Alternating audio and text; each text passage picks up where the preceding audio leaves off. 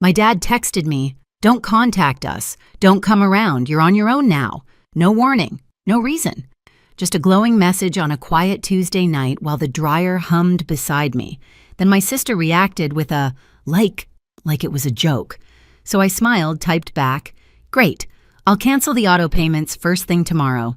And that was it, the second everything flipped. By midnight, the family chat exploded. Before I tell you how one text shattered 12 years of silence, I called "Love Hit Like" and tell me where you're watching from. Have you ever been cut off by your own family and felt weirdly free? When people talk about family, they picture warmth, Sunday dinners, laughter that fills the walls, love that feels endless. Mine came with invoices. My name's Phoenix Carson, 29, financial analyst.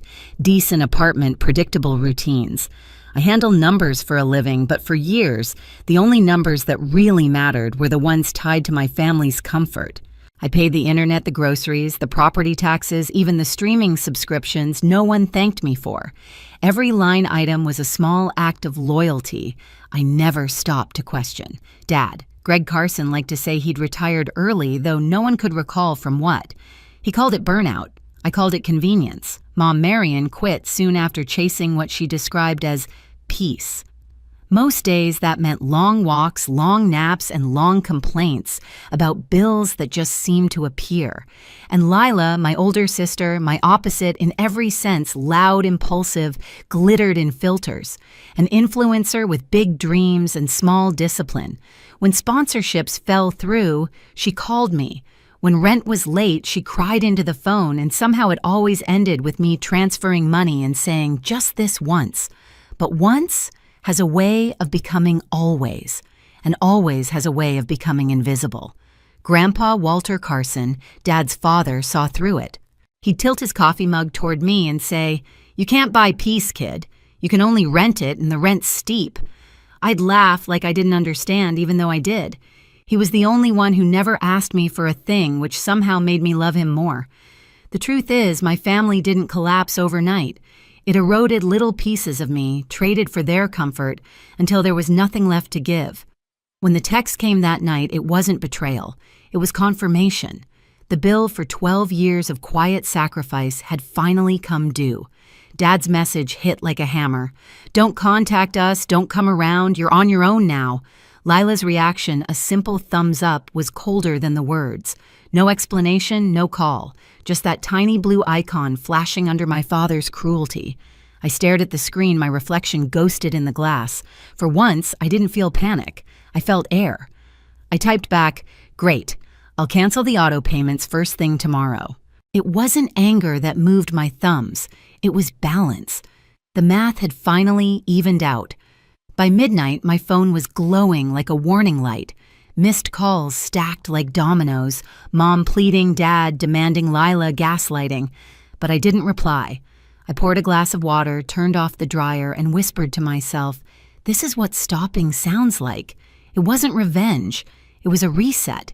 And by the time the first hint of dawn touched the window, I knew the silence that followed would be louder than anything I could ever say. The messages didn't stop that night, they multiplied. My phone buzzed until it felt alive in my hand. By 1 a.m, there were 47 unread texts and 8 missed calls. The last one was from Mom. What kind of daughter talks like that to her family? I didn't answer. I just turned the screen face down and listened to the silence press against the walls. When dawn crept in, I was still awake. The apartment smelled faintly of detergent and lavender, clean but empty. For the first time in years, I didn't have a bill to pay, a phone call to make, or a favor to fix. The quiet felt wrong, too wide, too new. At 6 a.m., my phone rang again. The name flashing across the screen wasn't one I expected, Grandpa Walt. "Morning, kid," he said. His voice was gravelly soft around the edges. "You okay?" "I'm fine." I lied. "Good. Bring your calm face," he said. "You'll need it." An hour later, I was driving through streets that still remembered me, old storefronts, the park where I learned to ride a bike, the bakery, where Mom once worked before finding peace. Every corner looked the same, but I didn't. Grandpa's house sat on a quiet hill, coffee smell, leaking through the open window. He was already at the table when I walked in, 2 mugs, a plate of buttered toast, and a folder thick enough to hold history. "You look tired," he said. "I stopped sleeping when I stopped paying." He nodded like he'd expected that. Then he pushed the folder toward me. "You need to see this."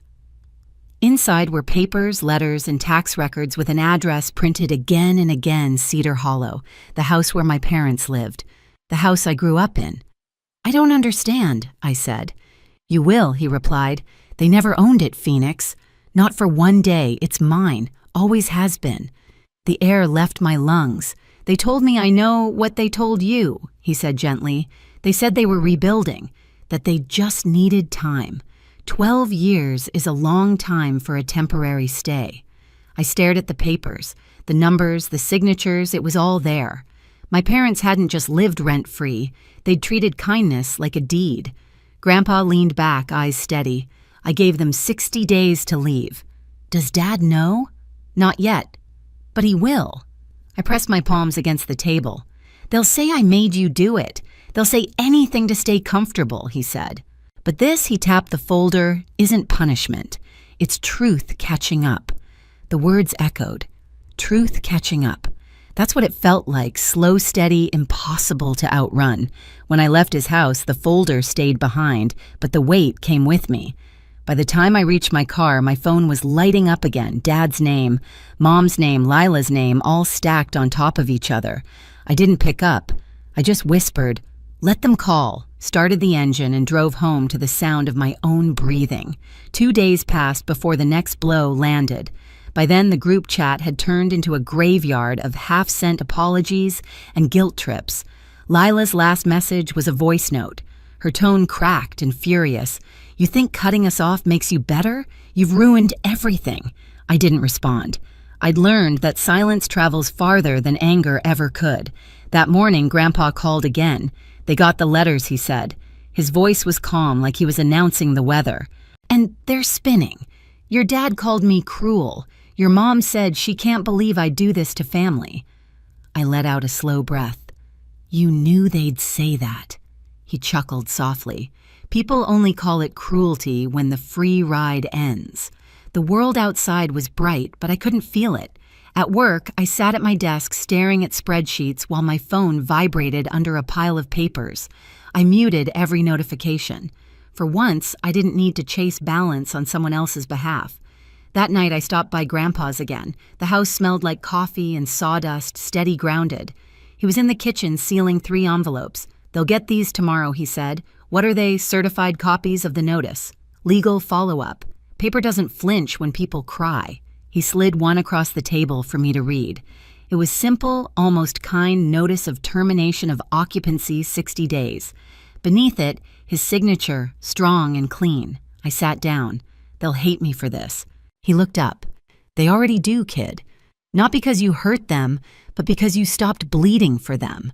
Something in me cracked open, then not pain, but relief. For years, I'd been the invisible foundation of their peace. Now I could finally step out from under it. When I got home, I opened my laptop and began what I should have done long ago. I canceled every auto payment tied to their address, utilities taxes, even the streaming service Lila used to film her relatable videos. With each click, the air in the room grew lighter. Click water, click electric, click gas. The last one was property tax. I hovered over the confirm button for a long moment before pressing it. The next morning, a storm of texts poured in. "Dad, how could you do this to your own parents, Mom? We raised you better." "Lila, you're dead to me." I read them all while sipping coffee in my kitchen. Then I put the phone down and whispered, "Good. Let the old version die." Grandpa called later to check in. "They'll fight," he warned. "When comfort ends, people panic. Let them," I said quietly. "I'm done renting peace." For the first time, he didn't sound worried. "That's my girl," he said. That night, I slept without checking my phone. The silence was different now, no longer empty, just earned. The storm didn't break. It performed. By the time Saturday rolled around, Lila had turned the family fallout into content. A screenshot of our old house, a crying selfie, a caption dripping with victimhood. We're being thrown out of our own home. Sometimes family turns into strangers. Pray for us." It took exactly 4 hours for her post to explode.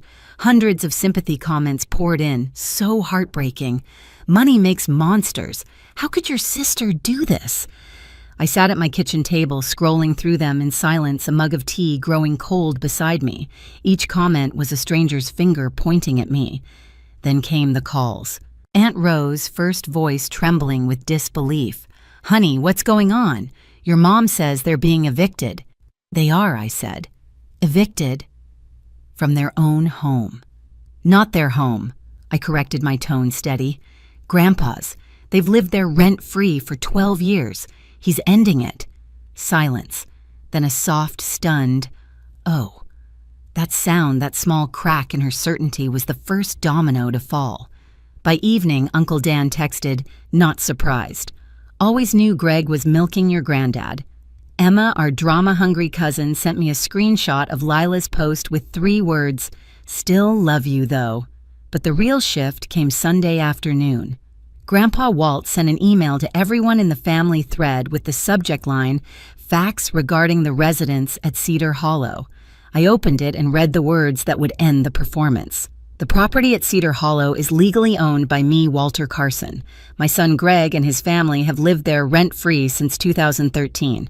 They have not paid utilities taxes or upkeep for over a decade. My granddaughter, Phoenix Carson, has covered these costs entirely from her own income for the last 4 years. I have issued a 60-day notice for them to vacate. This decision was mine alone. Being family does not exempt anyone from responsibility." The message hit like thunder. Within minutes, replies poured in, some apologetic, others shocked.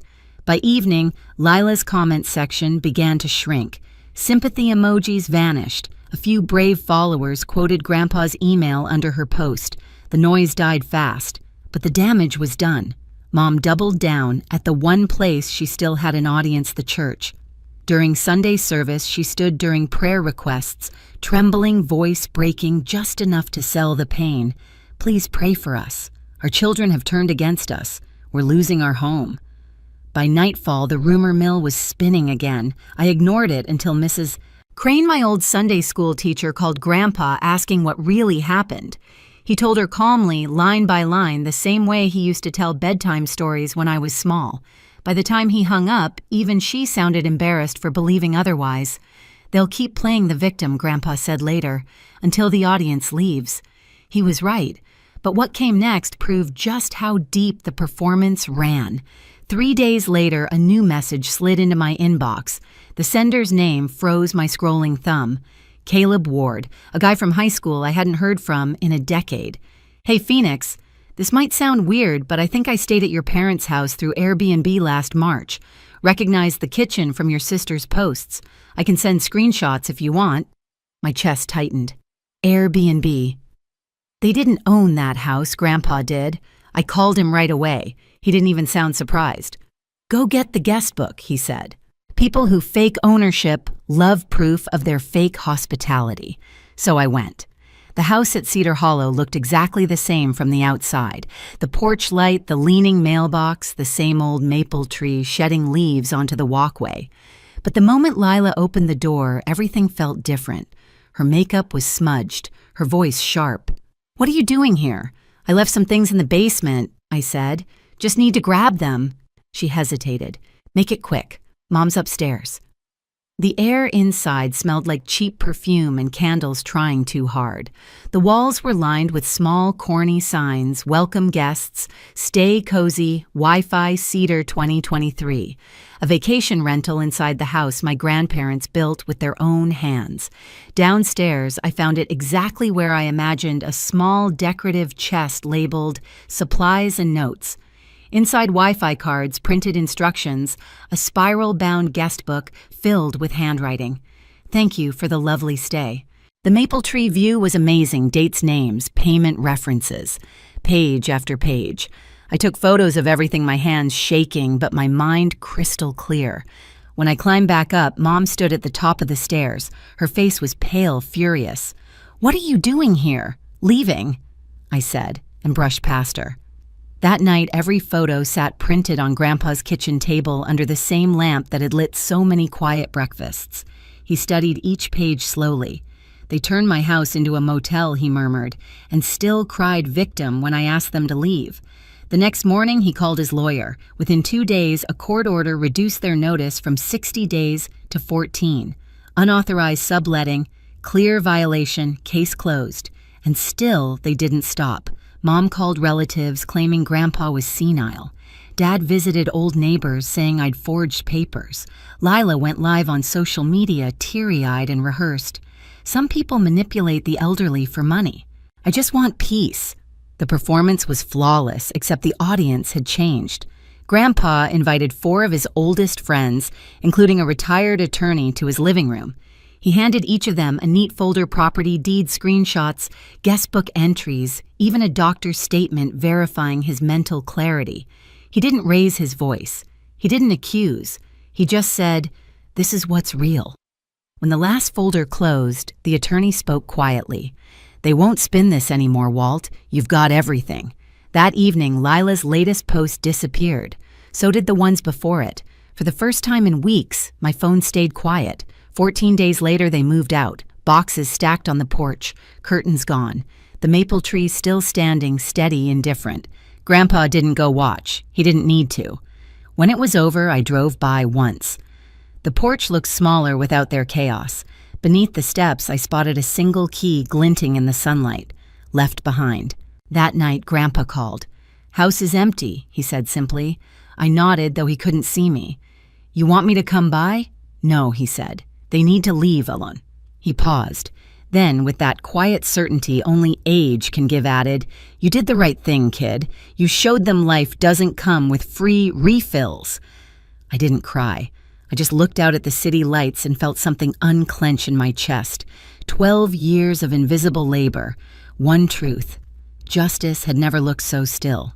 When the moving truck finally disappeared down the hill, the silence felt different, earned not empty. I stood by the window of my apartment, the same one that used to smell like lavender and exhaustion, and realized it finally just smelled like me. Grandpa Walt called that afternoon. "House is quiet," he said. They left a cracked flower pot and a key. "You want it?" I smiled faintly. "No, I like my life as it is." He chuckled softly. "Peace doesn't always come from who leaves. Sometimes it comes from who you let go." 2 weeks later, a plain envelope showed up in my mailbox, Dad's handwriting. Inside was a letter and a half-filled loan form with my name already typed in as co-signer. No apology, just manipulation wearing a polite mask. For a moment, I just stared at it. Then I laughed. Not bitter, not angry, just tired.